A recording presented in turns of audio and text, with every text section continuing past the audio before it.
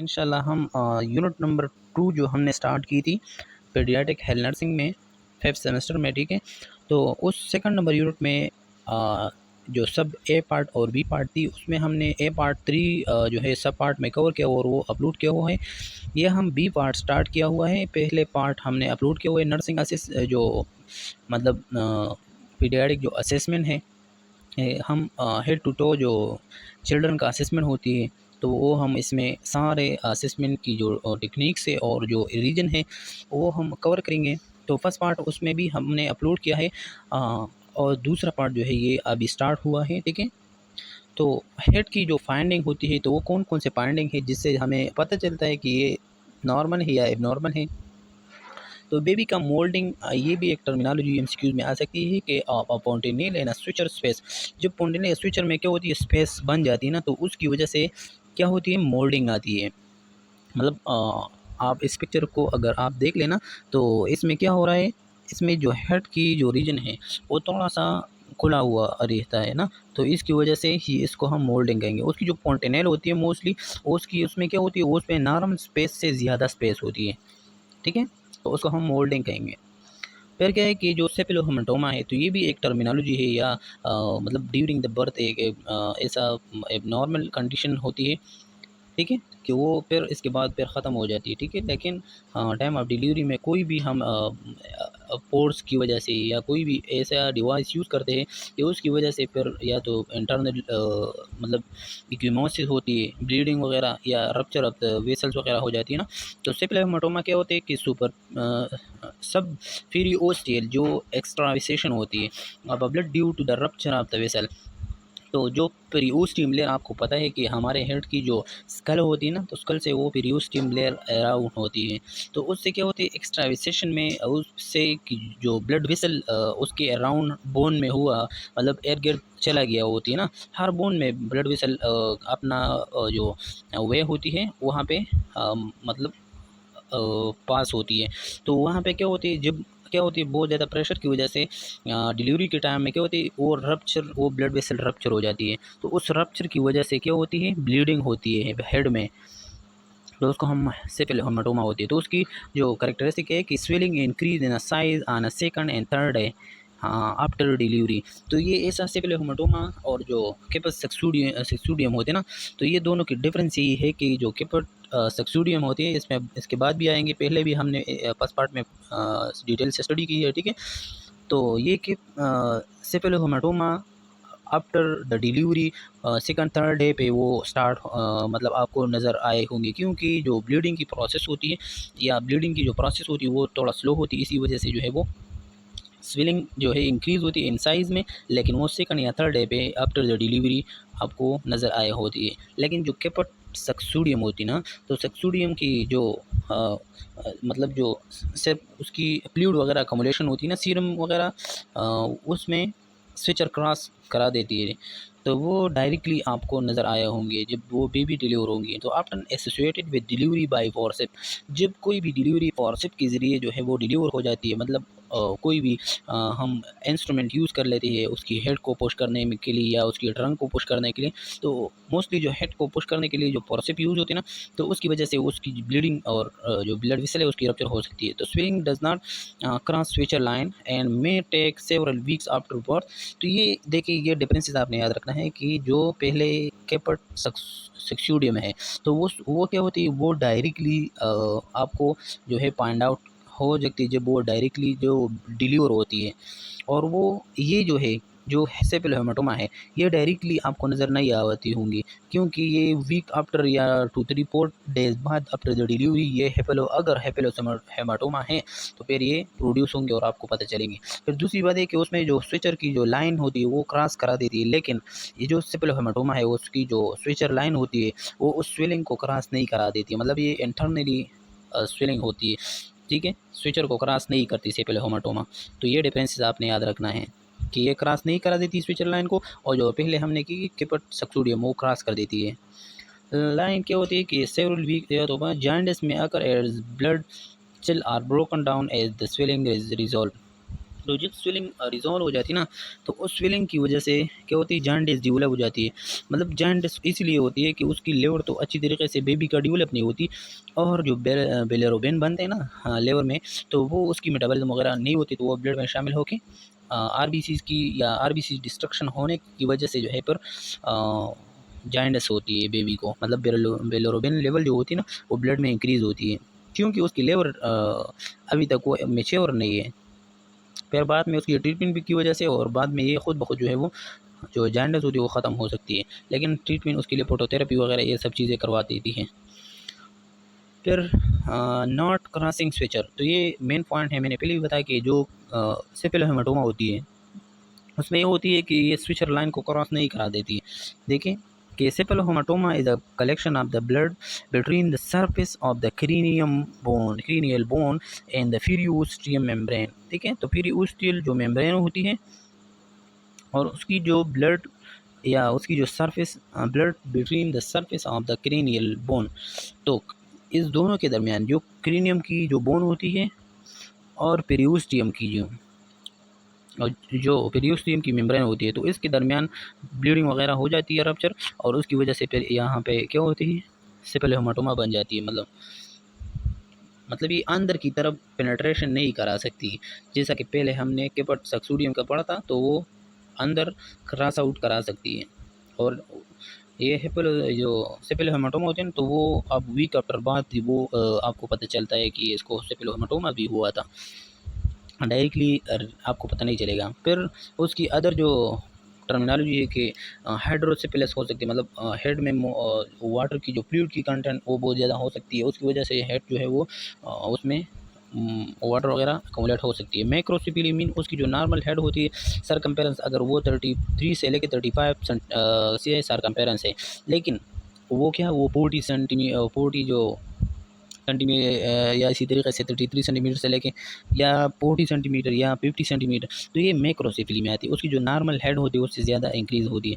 Close switcher, उसकी जो switcher होती है, अगर स्विचर क्लोज होंगी ना, तो उससे मुख्तलिफ़ किस्म की जो डिजीज़ होती है हेड के वो रिलीज़ हो सकती है, क्योंकि जो पहले हमने पढ़ा कि एनलोसोफीली या बायलेटरल या ट्रायलोसोफीली, ठीक है, तो ये सब एबनॉर्मलिटी है किस चीज़ के, जब स्विचर बंद होती है। स्विचर का मेन एक इम्पोर्टेंस यही है कि जब स्विचर अल्लाह ताला ने इजीलिए ओपन रखा हुआ है ताकि ब्रेन की ग्रोथ अच्छी तरीके से हो जाए और वो अपनी टाइम में वो अपना ग्रोथ करवा ले, ठीक है। तो जब वो बंद होती है तो उसकी हेड की या उसकी जो ब्रेन की उसकी मतलब ग्रोथ नहीं होती है, तो फिर ये तो प्रॉब्लम हो गया ना। ये तो पहले हमने हेड की नॉर्मलिटी या हेड की फाइंडिंग जो है वो करवा दी थी, आपकी जो मोल्डिंग हुई या इसी तरीके से सेपल हेमाटोमा हो गया, जॉन्डिस हो गया, ठीक है। तो ये सब चीज़ें किससे रिलेटेड है, हेड के रिलेटेड है। फिर आई फाइंडिंग एक्सपेक्टेड फाइंडिंग कौन से है, तो स्लेट ग्लेरी और ब्लू आइज कलर, और उसकी जो कलर होती है नॉर्मली, ठीक है, तो ये एक्सपेक्ट हो सकती है नॉर्मल बेबी में, तो उसकी आई कलर जो है वो ब्लू हो सकती है, क्लियर सी होती है। नो टेयर, टेयर प्रोडक्शन अभी तक नहीं होती, क्योंकि उसकी जो डक होती है या उसकी जो हाँ ग्लैंड होती है वो उतना डेवलप तो नहीं होती जो टेयर को प्रोड्यूस करते हैं, ठीक है। तो इस बेबी की जो चिल्ड्रन होती है, बेबी न्यूबॉर्न होती है, तो उसमें क्या होती है, टेयर नहीं होती। ये भी जहन में आपने याद रखना है, कॉमन पॉइंट है लेकिन याद होना ज़रूरी होती है। फिर तीसरी पॉइंट ये है कि flexion at a times with ability to follow object to mid line, तो वो ऑब्जेक्ट को फॉलो कर सकता है, ठीक है, और वो फिक्सेशन कर सकते हैं। और रेड रिफ्लेक्स ये भी एक्सपेक्टेड पॉइंट है कि उसमें जो रेड रिफ्लेक्स होती है वो नॉर्मल, ये पॉइंटिंग वो नॉर्मल होती है। रेड रिफ्लेक्स ये है कि जब हम लाइट जो है वो अगर हम ऑटोस्कोप के ज़रिए या हम अगर डार्क एरिया में हम उसको लाइट लगा देना, तो उसकी जो आइज़ होती है वो रेड सा नज़र आई होंगी। क्योंकि अगर आपने देखी होंगी कि कोई बिल्ली वगैरह जो कैट होती है ना, तो आप उसको अगर टार्च वगैरह लगाते हैं ना, तो या रिफ्लेक्सेस टार्च वगैरह लगाते हैं, तो उसकी वजह से उसकी आई जो कलर प्रोड्यूस करती है वो इसी तरीके से रेड वगैरह होती है, ब्लू ग्रीन मुख्तलिफ़ किस्म के आंखें होते हैं। तो ये रिफ्लेक्स नॉर्मल फाइंडिंग न्यूबॉर्न के है कि वो रेड रिफ्लेक्स शो करेगा। दूसरा ये कि वो ब्लिंकिंग रिफ्लेक्स शो करेगा, मतलब अगर आप उसको टॉर्च लगाते हैं तो वो अपना आईज जो है वो ब्लिंकिंग कर लेती है। डिस्टिंक्ट आईब्रो, उसकी जो आईब्रोज होती है तो ये डिस्टिंक्ट होगी, मतलब वो डिस्ट्रीब्यूट होंगी नॉर्मली, ठीक है। कॉर्निया ब्राइट एंड शाइनी, और उसकी जो कॉर्निया होती है ना वो क्या होंगी, ब्राइट होंगी एंड शाइनी होंगी। प्यूपल होती है किस चीज़ की, तो pupil equal and receive to light, उसकी जो पीपल होती है वो सारे लाइट को रिसीव कर लेती है, तो ये भी एक फाइंडिंग है। फिर अगर हम आइज़ को देखें तो नॉर्मल आइज़ तो इसी तरीके से जो है वो स्मूथ और ग्लेसी, ये सब चीज़ें करेक्टरिस्टिक प्रेजेंट होती हैं, ठीक है।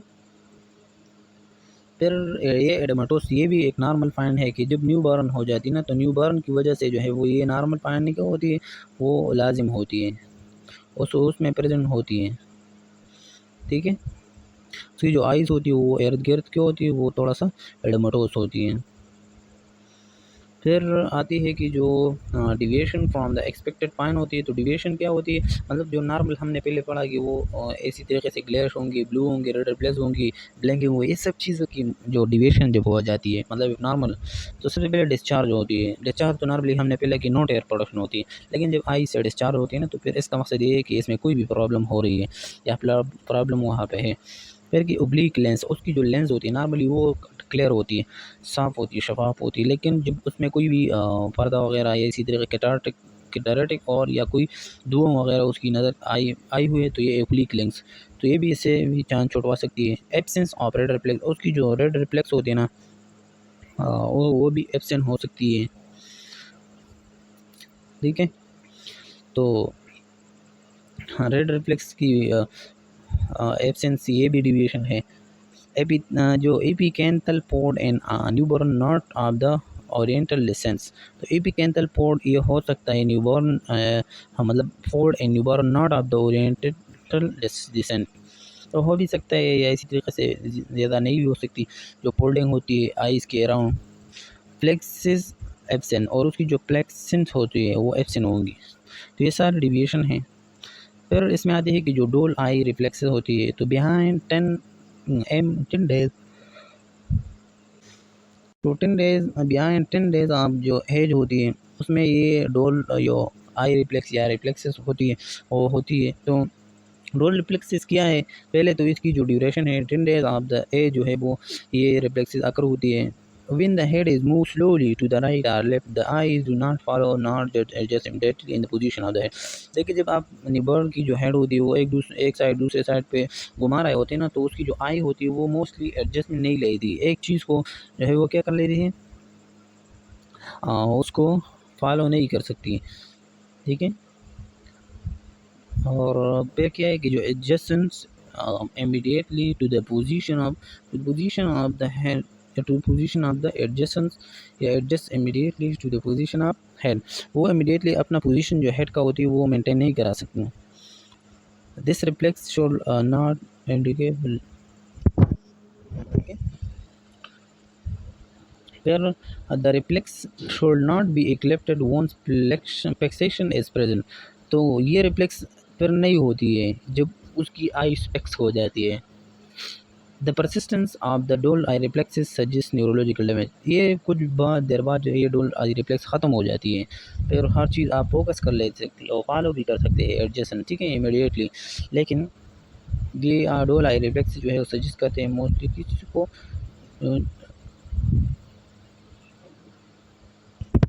ठीक है। और अगर ये डोल आई रिफ्लेक्स बहुत टाइम तक इसी तरीके से आ रहा है एक बच्चे में, तो उसकी न्यूरोलॉजिकल डैमेज हो सकती है। फिर बात होती है आइज़ में जो केमिकल कंजक्टिवा, मतलब कोई भी केमिकल वगैरह वो उसकी वजह से वो कांटेक्ट में आ जाती है, और उसकी जो कंजक्टिवाइटिस होती है, इन्फ्लेमेशन ऑफ द कंजक्टिवा, वो अकर हो सकती है। फिर सब कंजक्टिवल जो हेमरेज होती है, सब कंजक्टिवल मीन जो आइज़ के अंदर होती है, तो वो क्या होना चाहिए, अंदर। फिर इसमें आती है कि जो एयर एक्सपेक्टेड पाइनिंग होती है,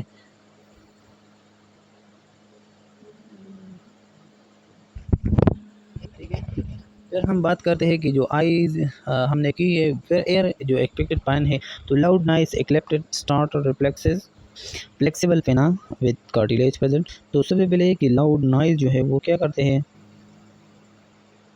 और दूसरा स्टार्टर रिफ्लेक्स भी वो शो करा रहा है। अगर कोई भी आप साउंड मतलब सडनली जब जल्दी आप एक हाई पिच हाई फ्रिक्वेंसी का साउंड आप बजा लें, तो फिर इसकी वजह से बच्चा डर भी सकते हैं और वो उसकी जो हाथ पाँव है वो ऊपर करा सकती है। तो ये स्टार्टर रिफ्लेक्स हो गया।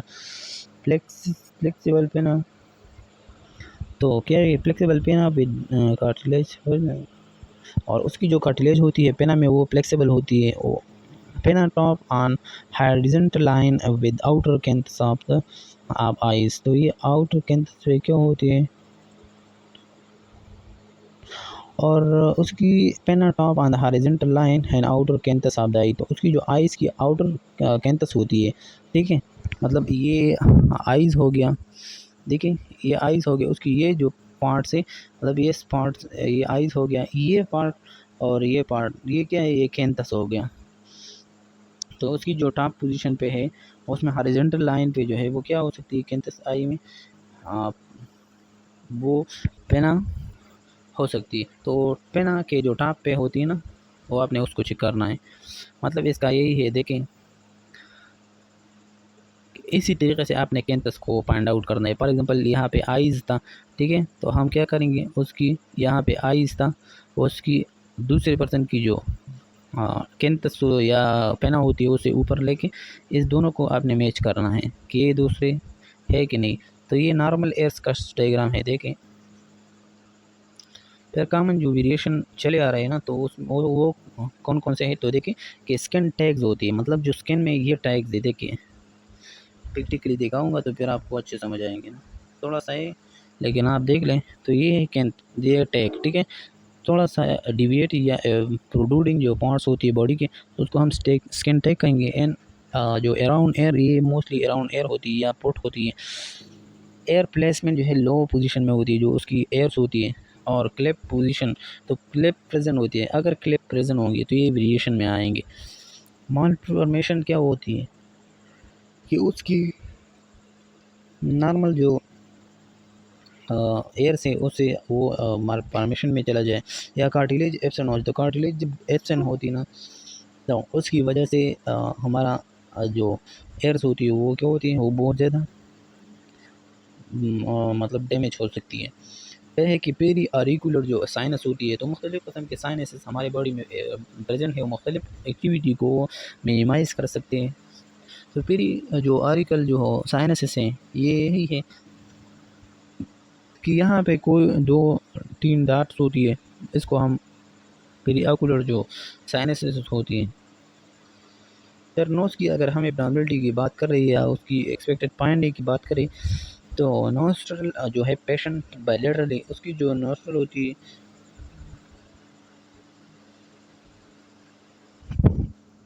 फिर दूसरी जो बात है कि ओब्लिगेशन नोज ब्रीथ, और वो क्या करेंगे, नोज ब्रीथ अगर करेंगे ना, ये भी एक्सपेक्टेड पाइन है। अगर उसकी मतलब नो नेसल डिस्चार्ज, अगर कोई भी डिस्चार्ज आपको नहीं दे, तो ये क्या है कि नोज में प्रॉब्लम है।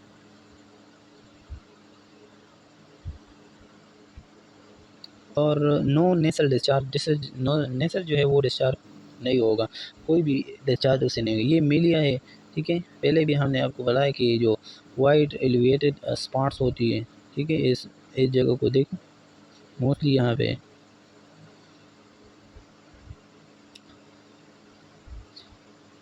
फिर आते हैं कि कॉमन वेरिएशन मीन स्नीज़ होती है, आप स्नीज़ करा सकती है। कॉमन जो है क्या है कि वेरिएशन है, प्रॉब्लम है। टू क्लियर मतलब नेस्ट्रल स्नीज़ करना, ये भी एक कॉमन वेरिएशन है कि ब्रिज अफेरेंस बिटवीन या एब्सेंस टेन वाइट नेसल म्यूकोसा डिस्चार्ज, उसकी जो वाइट होती है म्यूकोसा वो डिस्चार्ज हुआ था, ठीक है। तो चोनोकल आर्टिसिया एंड डिस्चार्ज, तो ये भी एक,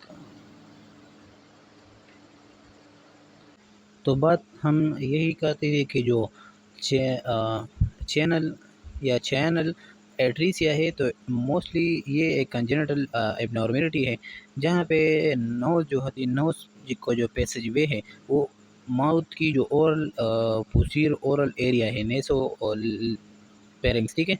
तो नेसो पेरिंग्स वहाँ पे वो ओपन हुआ है, जो नोज का जो पैसेज वे है, ठीक है, ओरल में, तो वहाँ ये ब्लॉक हो जाती है कंजेनिटली। ये भी एक वेरिएशन है नोज की, ठीक है। तो मोस्टली क्या होती है कि एट्रीसिया जब भी हो जाती है तो उसकी वजह से प्रोजेक्टाइल वोमिटिंग वगैरह होती है। तो ये एक मतलब नोज़ की एबनॉर्मलिटी है, जहाँ पे पोस्टीरियर साइड पे जो नोज़ माउथ को ओपन हुआ है, जो सुराख है, ठीक है, तो वहाँ पे वो सुराख क्लोज होती है। तो ये एक एबनॉर्मल या वेरिएशन कंडीशन है नोज़ की नॉर्मल से।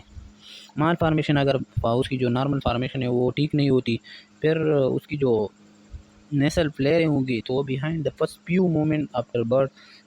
तो नेसल फ्लेयरिंग मीन जो वाइडनिंग ऑफ द नोज़ होती है, तो ये भी हो सकती है किस चीज़ के बस अब जब वो बेबी बर्थ हो जाती है तो उसकी जो नोज़ होती है वो वाइड हो जाती है, उस पर वो सांस वगैरह लेती है। तो ये है डिसलोकेटेड नेसल सेप्टम, मतलब इसको हम डीनेस भी कहते हैं, ठीक है। तो उसकी नॉर्मल से वो क्या हुआ है, डिविएटेड है, इसको देखो, ये भी मतलब कंजेनिटल एबनॉर्मलिटी है। फिर बात हो रही है कि मतलब जो माउथ है, थ्रोट है, तो उसकी एक्सपेक्टेड पॉइंट क्या कोर्स है, तो उसके असेसमेंट हम कैसे करेंगे। तो सबसे पहले ये देखेंगे कि उल्वा मिड लाइन पे है कि नहीं, अगर है तो फिर ठीक है, तो फिर नॉर्मल है। मिनिमल और एब्सेंट सेलेवेशन, अगर सेलेवेशन कम है या एब्सेंस है तो ये भी एक फाइंडिंग है।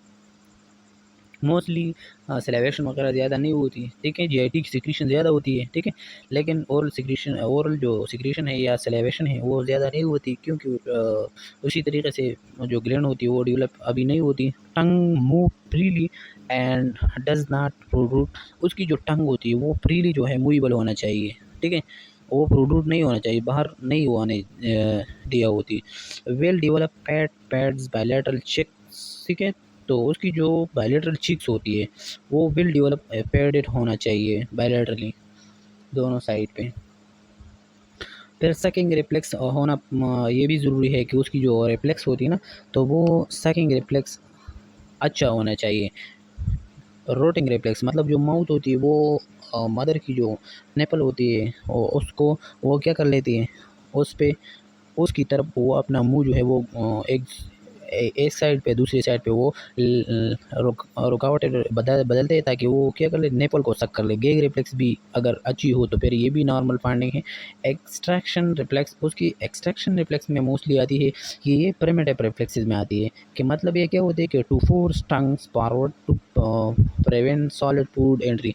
ये एक ऐसा रिफ्लेक्सेस है कि जब हम कोई भी चीज़ फूड वगैरह देते हैं ना, जब वो क्या होती है, मतलब वो जब फुल हो जाती है उसकी स्टमक, तो वो बेबी क्या करते हैं, उसकी वो अपने टंग के ज़रिए वो टंग बाहर कर देते हैं। कोई भी फूड आप देते हैं तो वो बाहर निकालते, तो ये एक रिफ्लेक्स है, तो उसको हम एक्सट्रैक्शन रिफ्लेक्स कहेंगे।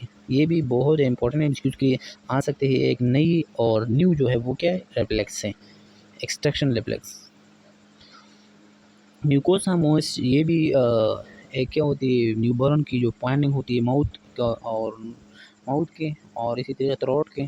तो शॉर्टली आफ्टर बर्थ वो क्या होती है, may be visualise sucking calluses LCS on centre portion of lips. तो क्या मेनली अगर आप देखें ना, तो अगर आपने एनआईसीयू में काम किया होगी तो वहाँ पे जब बेबी पैदा हो जाती है तो उसको डायरेक्टली जो है वो उसकी सेकिंग रिफ्लेक्स नहीं होती, तो उसको इंजेक्टिव पास करती है, तो उस इंजेक्टिव पे वो डाइट वगैरह जो न्यूट्रिशन है वो लेता है। तो उसकी वजह से उसकी जो माउथ की जो लेप्स होती है, वो उसकी जो लेप्स होती है वो मिड लाइन पे एक कैल्सियस जो है एक चीज़ बनी हुई होती है, ठीक है, सेंटर पोर्शन पे, ठीक है। तो आप देख भी सकते हैं। तो ये बर्थ के दौरान या बर्थ से पहले तो उसकी माउथ बंद होती है ना, तो जब वो पैदा हो जाती है तो वो हाँ माउथ जो है वो कुल हो जाती है, तो उस कुल होने की वजह से ये वाइट कलर उस पर रह जाती है। देखिए ये वाइट कलर है ना, ये मोस्टली क्लोज होती है माँ के पेट में, या जब वो पैदा हो जाए उसको खोलने की वजह से ये ऐसे तरीके से होती है।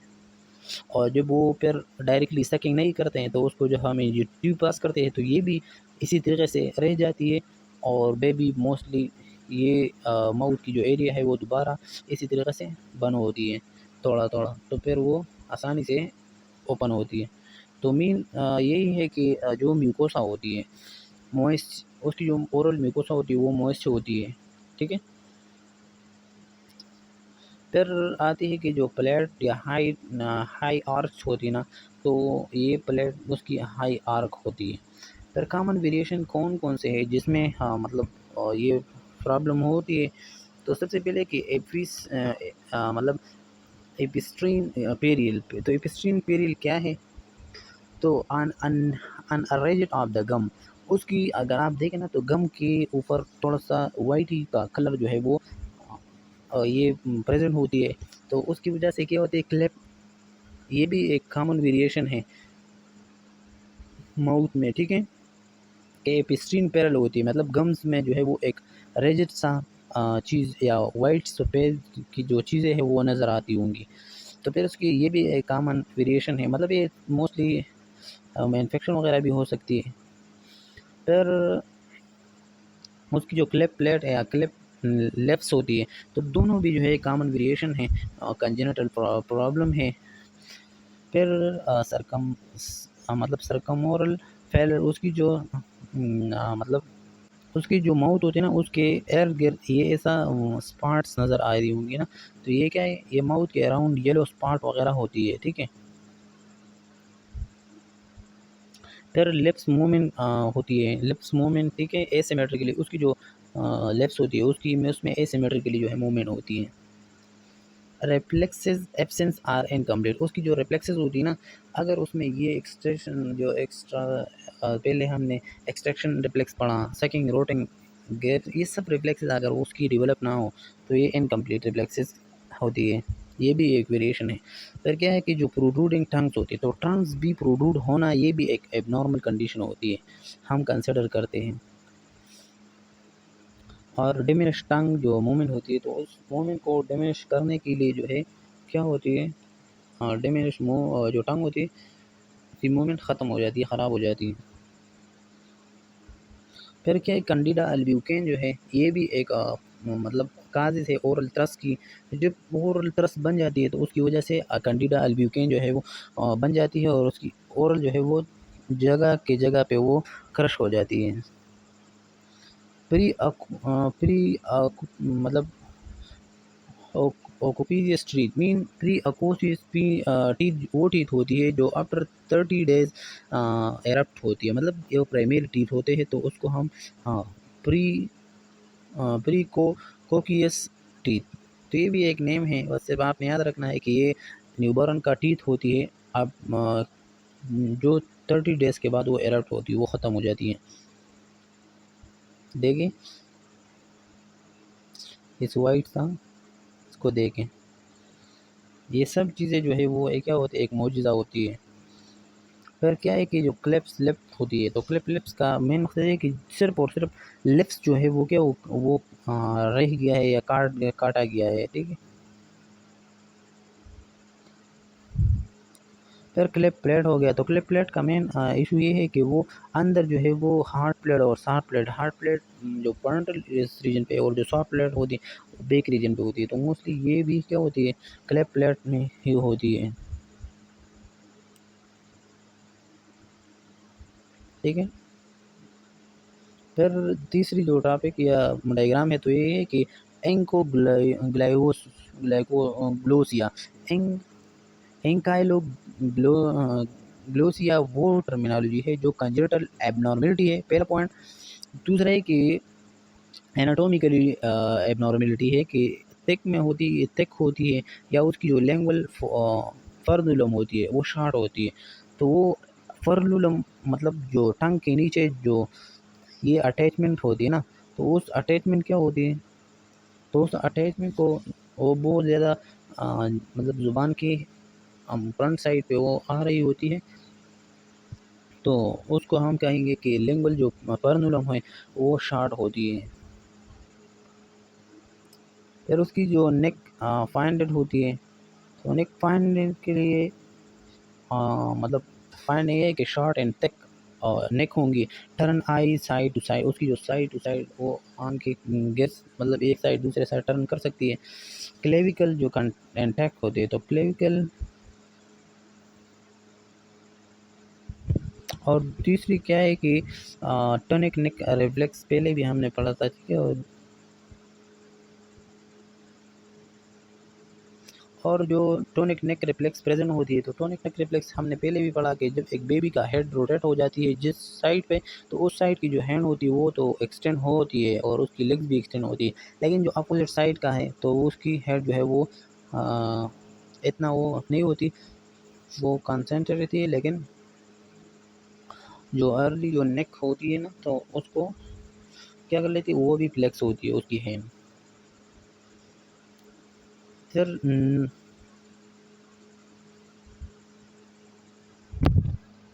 ठीक है, फिर नेक रेटनिंग रिफ्लेक्स प्रेजेंट होती है, तो ये भी इसी तरीके से है कि कहाँ a body oriented head turn to one side, सिर्फ उसकी जो हेड होती है वन साइड पे रोटेट हो सकती है, ठीक है। और सम हेड जो है वो कंट्रोल की जो इक्विपमेंट्स है वो भी लगा हुआ है, ठीक है। तो ये सब जो प्रॉब्लम है ये नेक की जो पाने हैं।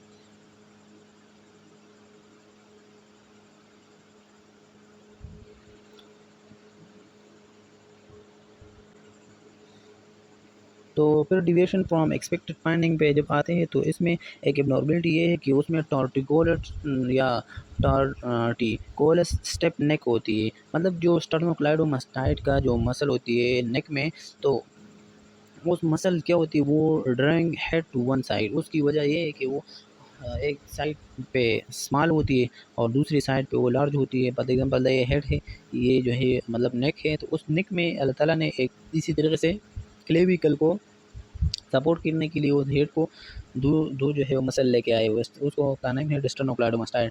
जब बी एस ट्रैक बन जाती है तो उसकी साइड टू साइड वो आप अपने अलग को नहीं बदल सकते, ठीक है। फिर ये है कि लार्ज पेड या large fad on back of neck palpable crepitus का मतलब जो बैक होती है आपका नेक, तो ये भी क्या है कि webbing of the neck, large pad पीड on back of the neck, neck पे बहुत ज़्यादा जो है वो फोल्ड बना हुआ है, पाल्पेबल किया उसकी क्रेपिटस होगी, मूवमेंट विद पाल्पेबल ऑफ। तो ये क्लेविकल भी आपने देखना होती है कि उसकी अगर ब्रेकिंग वगैरह तो बर्थ के टाइम पे नहीं हुआ है, तो आपने पाल्पेट करना है, अगर क्लेविकल सपोर्ट दे रहा है तो मीन उसका इन्फेक्शन वगैरह होता है। फिर चेस्ट की जो एक्सपेक्टेड फाइंडिंग होती है, तो कौन कौन से है कि एविडेंट एग्जिक्यूट अब्यूज, और चेस की जो एक्सपेक्टेड फाइन है, तो इंशाल्लाह हम उसको जो है तीसरे पार्ट में हम स्टार्ट करेंगे, ठीक है।